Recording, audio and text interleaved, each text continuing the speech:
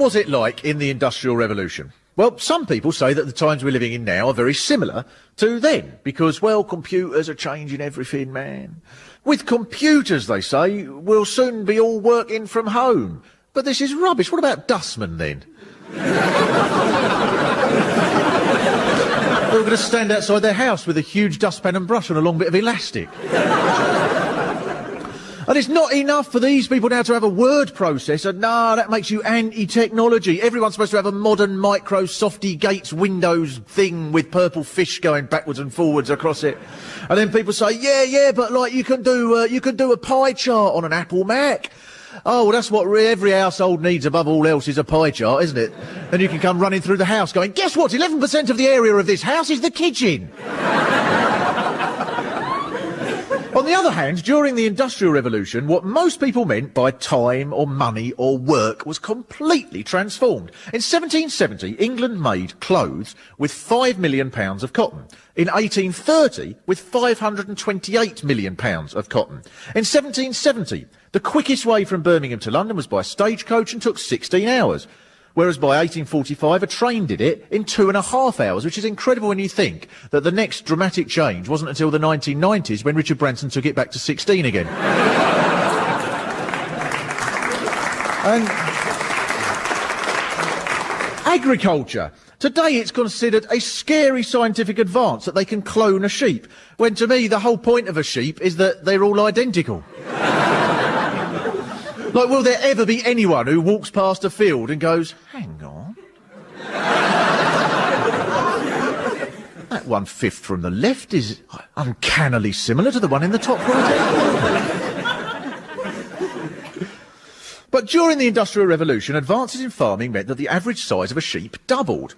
In 1770, hardly anybody had heard of a factory. By 1830, millions of people worked in one. So why did it happen? Well, one theory from a book currently used in schools called The Industrial Revolution puts it down to a change in demand. For example, the sudden growth of the potteries founded by Josiah Wedgwood in the Stoke area is explained as... In the early 18th century, the drinking habits of the British people were changing. Instead of drinking out of leather or wooden mugs, people began to drink tea, coffee and chocolate. They needed cups, saucers, teapots and milk jugs. So how did that happen then? Hello, Jack. What thou having? Hey, do you know, Martha, I'm right fed up with ale. Hast thou any coffee? Do you know, Jack, thou's 10th person today to ask that? After hundreds of years of folk from Stoke area being satisfied with ale, suddenly everyone wants coffee. Aye. And I've always said you can't enjoy coffee without separate jugford milk. Aye. But with no such thing as milk jug in existence, you buggered, I shouldn't wonder. And then years later, after the Industrial Revolution... Good old Wedgwood. A cup with saucer and separate jug. Just a shame, really, that I got silicosis from clay dust in his factory and haven't energy to pick bugger up. If the Industrial Revolution was just a response to people demanding more things, why did it only happen in Britain? I mean, you'd think the French would be well up for an idea that doubled the size of sheep. Same number, twice as a bonfire. In this programme, I'm going to argue that the Industrial Revolution wasn't at all brought about by a few great British geniuses. And that, in fact, most of the famous inventors of the time were in truth not very good, or frauds, or nutcases. And also that one of the most forward-looking and progressive groups of the whole period was the Luddites. Now, the first problem that a society has to overcome if it's going to industrialise is how it's going to get people to work in the mills and factories. Now, this couldn't have happened without the enclosures. Up until the 1500s, most people who neither owned or could rent land were entitled to use what was known as common land, on which anybody could grow food or take firewood or scrape a living. But in the 15th century, wool became hugely profitable, so land made more money with sheep grazing on it than with people living on it. So wool became like property was in the 1980s. Hi. Forsooth, barman. Telleth you what, sire, great day on the markets. Boughteth 200 units of finest sheep at 45, soldeth at 62, and clearedeth the uncouth peasants out of Docklands for some more wool development. I'll have a bottle of mead with some lime in the top. It In response to this demand for wool, the landowners illegally enclosed areas of common land, leaving those who owned no land with no rights. Gradually, people drifted into the towns, where if they couldn't find work, they had to beg. So Henry VIII passed a law that went, Sturdy vagabonds to be tied to the cart tail and whipped until the blood streams from their bodies, then to swear an oath to put themselves to labour. That last sentence sounds strangely familiar, doesn't it? I wonder if Henry went on Radio 4 that day. He said, Look, we have to offereth beggars an opportunity out of vagabondage and back to labour. And the cart tail to work scheme offers exactly that.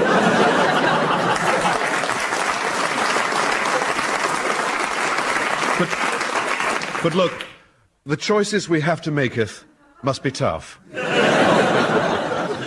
Then in the 17th century came a whole series of advances in agriculture. Farmers discovered that the quality of land improved if, instead of leaving it to rest every 4th year, as they had been doing, they planted turnips in it. For a while, England went turnip crazy. People grew turnips wherever there was space for them. An archdeacon had to reprimand a rector for growing turnips in a graveyard, saying, "This must not occur again." To which the rector was reported as replying, Oh no, sir. Next year it will be barley. So all around the playgrounds of Britain, schoolgirls were probably going, "Here, who's your favourite turnip? I like baby turnip." Yeah. Nah, scary turnip's got kicking air and won't let no one boil her, yeah?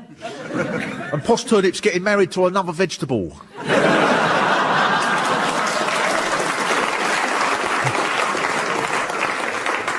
A few years later, a landowner from Norfolk claimed that the idea was his about the turnips, and he hired himself out to speak under the name of Turnip Townsend. And Turnip Townsend is credited with the discovery of the value of the turnip in most school books on the period. But in fact, at the time that turnips were first introduced to East Anglia, Turnip Townsend was only 6 years old. So not only was he a liar, but presumably it was because that he was a lord that everybody else had to go along with it.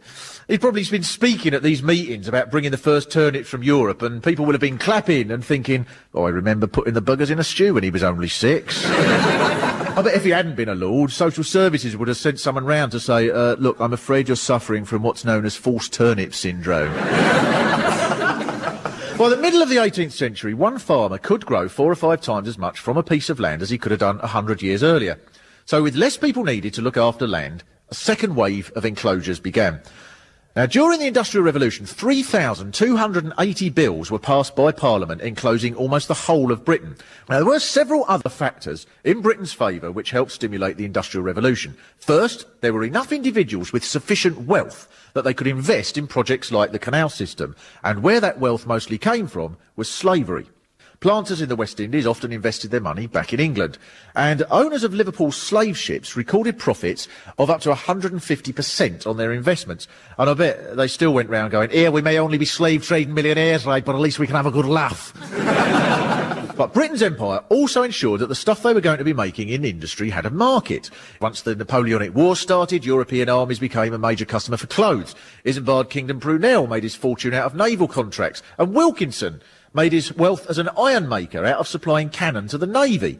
I wonder if at the start Wilkinson had an advert that went, Many cannon can penetrate the hull of a frigate, but with the Wilkinson twin cannon technique, the first cannon brings an extra crowd of French sailors to the surface who gather to look at the hole.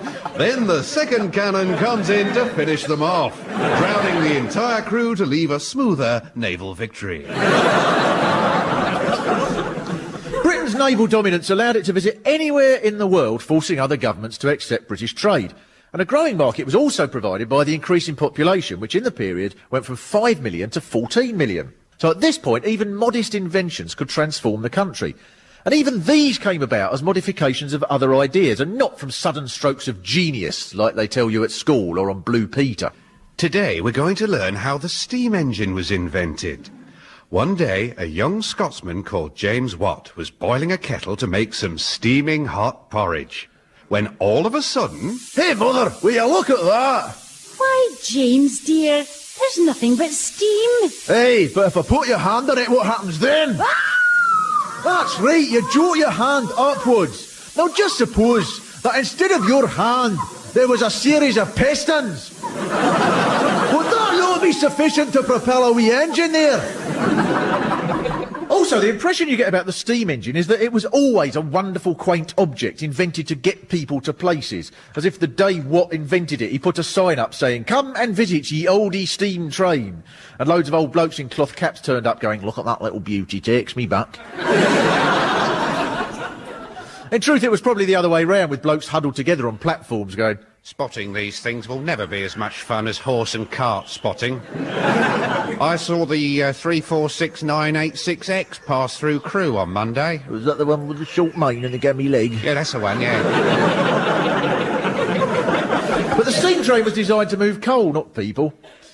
And that's the reason why the first railway in Britain was in the coalfield from Stockton to Darlington, and not because the railway company thought, "I know what'll make a good away day trip for the people of Stockton. A trip to Darlington."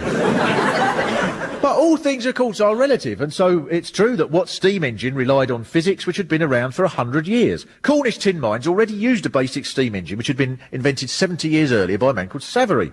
The French were considered to be ahead of the British in science, and their Jacquard loom, invented in 1804, was more complex than anything invented at the time in Britain. The Prussian Berg Academy was respected as the finest technical training institution in Europe. Far from industrialisation being the result of a handful of great British geniuses, the inventions that revolutionised cotton, the flying shuttle, the spinning jenny and the mule were just modifications of existing machinery.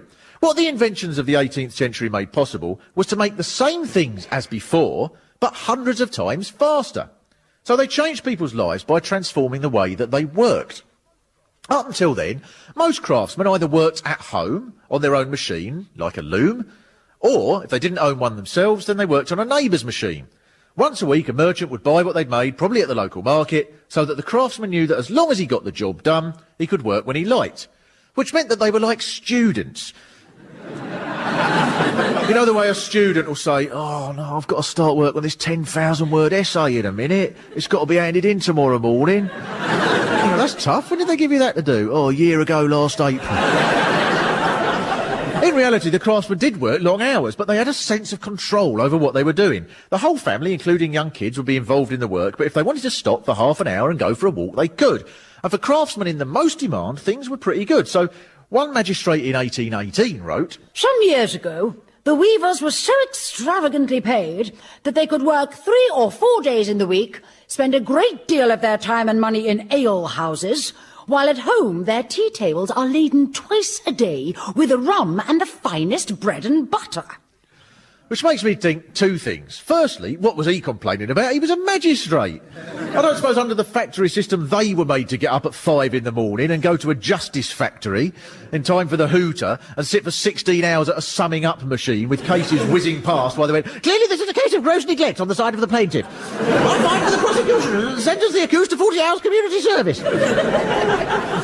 But also, I bet these weavers were a pain in the arse. They were probably in the pub every night. Oh, here comes Flash Wally, the weaver. Right, who wants to come outside and see the new horse, eh? Hey, lovely she is. Look at that twin saddle, jacked up tail. Of course you couldn't afford her. I'll tell you what, Stan, I'll buy you a drink. I'm rolling in it. Right, I'll have a mead for all these and a mead top for the ladies.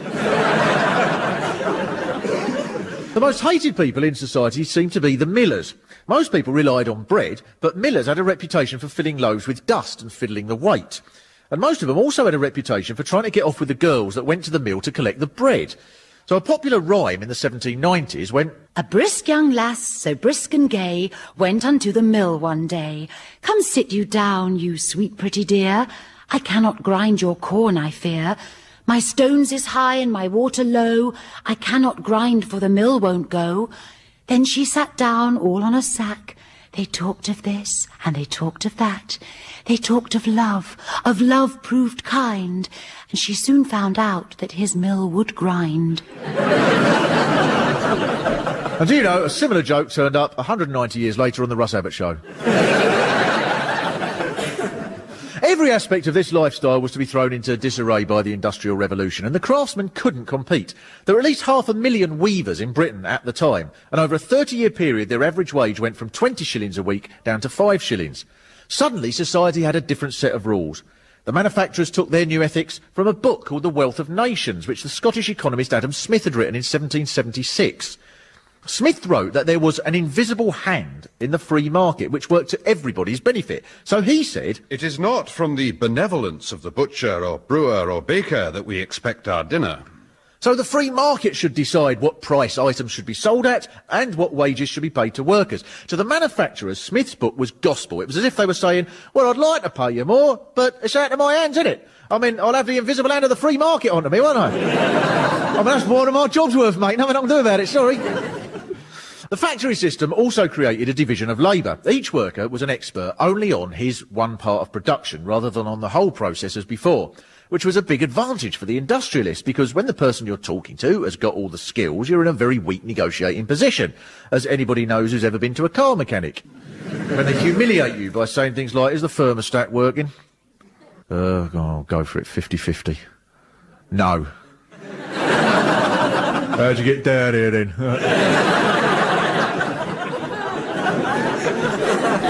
But now, instead of the centre of production being a human being, it was a machine. Every moment the machine wasn't operating was seen by the employer as lost money. A doctor from Leeds said, While machines work, the people must work. Men, women and children are yoke fellows with iron and steam. in other words, humans were no longer human, but one part of a machine, which meant every aspect of life changing.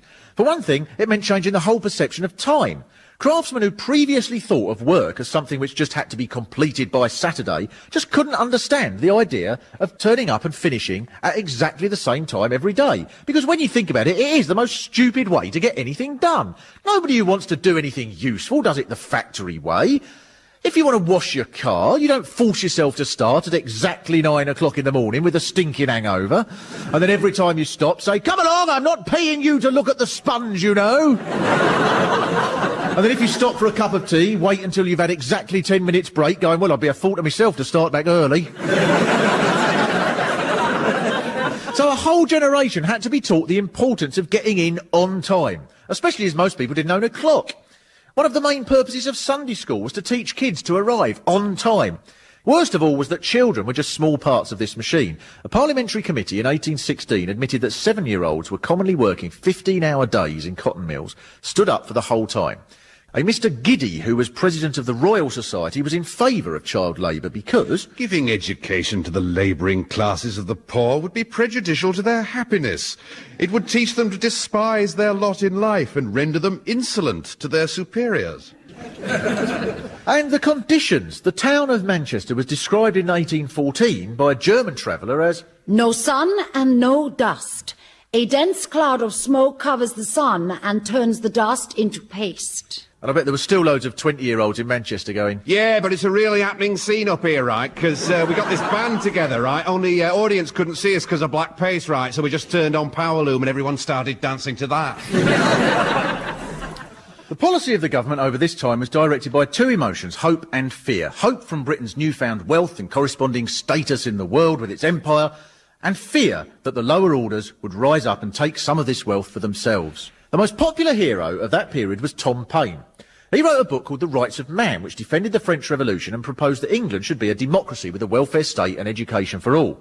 So thousands of people learnt to read, especially to read The Rights of Man, and throughout the country groups would meet secretly to discuss the book. So Paine's lucky his publisher wasn't like the modern kind. Tom, mate, sit down.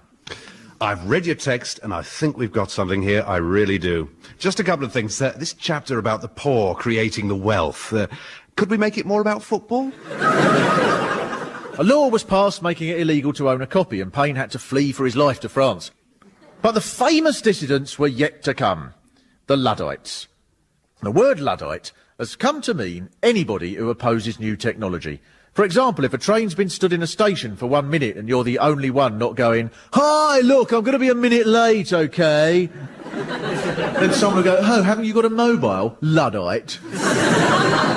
So most people's perception of the Luddites is that they were just anti-technology mad. Right, that were right, good neat of breaking things modern with that. There'll be no more turnips in this town. Aye, put kettle on. Bar's a traitor if I does. That's work of devil, this kettle. Give it here. Hey, here. Right. Now, if folk want warm tea, they can breathe on it for 2 days and make it warm without machinery. Now, in fact, the Luddites weren't against new technology at all. They were just against it being introduced in such a way as to leave them starving. Nor at first were they violent. For a long time, croppers tried to prevent mass use of the shearing frame by invoking a statute of Edward VI, which made their use illegal. Also, the parliamentary system of the time didn't leave a great deal of room for the letters to your MP style of campaigning. Cornwall had 44 MPs. London had 10. Manchester, which was the second biggest town in the country, had none. And the borough of Old Sarum, which consisted of one farmhouse, had 2. So presumably in Old Sarum, there was one vote, the farmer. And I bet even there, if the Tory got in, he'd go, well, I didn't vote for him. The way the new machinery was introduced was leaving craftsmen with no control over their work, a third of their wages, and wrecking their families, and all their appeals and petitions were being ignored. So cloth workers in Nottingham formed opposition societies and took oaths, pledging to keep secret the identities of other oath-takers. The first recorded Luddite incident came on the night of November the 4th, 1811, at Bulwell, near Nottingham. A group of men, armed with axes and swords, marched to the house of a master weaver and destroyed his frames. Now, that week, a declaration of intent to break machines was etched on a copper plate, the order coming from King Ned Ludd. Nobody knows for certain why this name Ludd was chosen, but there never was a Ned Ludd. At that point, raids started taking place almost every night. Thousands of troops were moved into the area and hundreds of spies. So during a raid on Rawfolds Mill, the owner Cartwright and some soldiers ambushed the Luddites and shot 4 of them. 2 were dead, but 2 were just wounded. They were then refused medical aid unless they revealed the name of the local Luddite leaders. At which point a priest was brought in to the wounded Luddites to get the names that the mill owners wanted. The priest told the men, who knew by now that they were dying, that God would redeem them only if the wounded Luddites divulged the names. He wouldn't tell the mill owners, he promised. It was just for God. So for several days the priest sat there waiting for these names from the wounded Luddites, until eventually one of the Luddites did call the priest over. Yes, yes, what is it? Said the priest. And the Luddite groaned, tell me, can you keep a secret? Yes, yes, of course I can, said the priest. Good, said the Luddite. So can I, and died with his next breath. The third area affected by Luddism was Lancashire, main home of the weavers. In Stockport, a march to demolish manufacturer John Goodair's steam-powered looms was led by men dressed as women, calling themselves Ned Ludd's wives. And a giant effigy of King Ludd was made and paraded around the county, with huge numbers turning out to show support. His head was a giant turnip, he wore white corduroy trousers, a French Revolution liberty cap, and he was stuffed with straw, and according to his makers, A large carrot between his legs, making him truly a king. Then 2 weeks later, a merchant who'd lost £8,000 on a deal in Russia, for which he blamed the British authorities, stood by Parliament, waited for Prime Minister Spencer Perceval and shot him. But what was worse for the authorities than a dead Prime Minister was the reaction. Carnivals were then held all round the country. Thousands then turned up to cheer the assassin, John Bellingham, when he was hung. And the government, as a result of this, believed that the country was now on the point of revolution. Over 14,000 troops were then sent to Luddite areas, and almost every pub in Nottingham, Yorkshire and Lancashire had its own spy. Though from what you hear in pubs, that must have left the authorities completely confused. Ah, Smithers, have you completed your report? Indeed, ma'am. At the King's Arms on 3 consecutive nights, one man told me, and I quote, I was his very best friend, a real diamond, and that the 1971 Arsenal team was the best side he'd ever seen. The troops and spies were unable to stop the machine breaking, but they did arrest a batch of Lancashire Luddites, hanging 10 and transporting others to Australia. Luddism was sent into crisis. Spasmodic moments of Luddism did return from time to time, but after another series of hangings, its day was past, to be derided 180 years later as unthinking, disorganised and backward. But were they really that primitive? They left alone the machines of the employers who ran compensation schemes, so it wasn't just the machines that they hated. And many Luddites were in jobs that weren't directly affected by those machines. And their demands were that craftsmen made unemployed by technology should be compensated, that they should be given a chance to retrain, and that funds, i.e. taxes, should provide a safety net for the poorest victims, which is why it's right to say the Luddites were amongst the most forward-looking people of their time. As Luddism receded, many ex-Luddites joined the growing campaign for the vote. Petitions and meetings were organised around the country, culminating in a massive rally at St Peter's Field in Manchester in 1819. 60,000 people came to hear reformer Henry Hunt address the crowd, but the magistrates who ran Manchester called for the local yeomanry to ride into the crowd with sabres. Amidst the screaming and the panic, hundreds were wounded and 14 people were killed. Although witnesses did confirm the escape of one man because he'd bought a huge cheese on the way to the demonstration and put it under his hat for safekeeping. So when a yeoman attacked him with a sabre, he brought the sabre down onto his head, but it got stuck in the cheese. I must have thought, thank God we haven't got brie in this country. The day became known as the Battle of Peterloo, and such was the national mood afterwards that just after Henry Hunt was released from jail, Henry Hunt's horse died, and another 60,000 turned up for the horse's funeral. Two memorable poems followed this, The Mask of Anarchy by Shelley and a shorter one by Byron, which he wrote when the Foreign Secretary of the time, Castlereagh, committed suicide. Posterity will ne'er survey a nobler grave than this. Here lie the bones of Castlereagh. Stop, traveller, and piss. Eventually, the continuing campaign of opposition led to grudging reforms, but the period of the Industrial Revolution had managed two remarkable achievements. Firstly, it transformed the production of every item in society. It created ways of producing the same goods as before in 1/10 of the time. It enabled crowds of people to be fed from the labour of a handful of farmers. It built modern roads in the place of dirt tracks, canals in the place of donkeys, and railways in the place of the canals. But the other achievement was that it took all these extraordinary innovations which had the potential to enrich mankind in a way never thought possible and used them to create utter wretched misery. So is there anything positive we can take from their times at all for our times? There is the spirit and the tenacity of those like the Luddites and the crowd at Peterloo, but there is also the story of William Huxon. For William Huxon was the Home Secretary whose crowning glory was to be that he was going to open the first public railway from Liverpool to Manchester. This, he was convinced, would make him a celebrity and a name to be remembered. So on the day of the opening, the train stopped on its maiden journey so that William Huxon, halfway from Liverpool to Manchester, could get out of the train and wave to the crowds. So he got out, began waving, and walked along the track. At which point, the train started up by mistake and knocked him down dead. So you never know when Mandelson walks in to open that dome.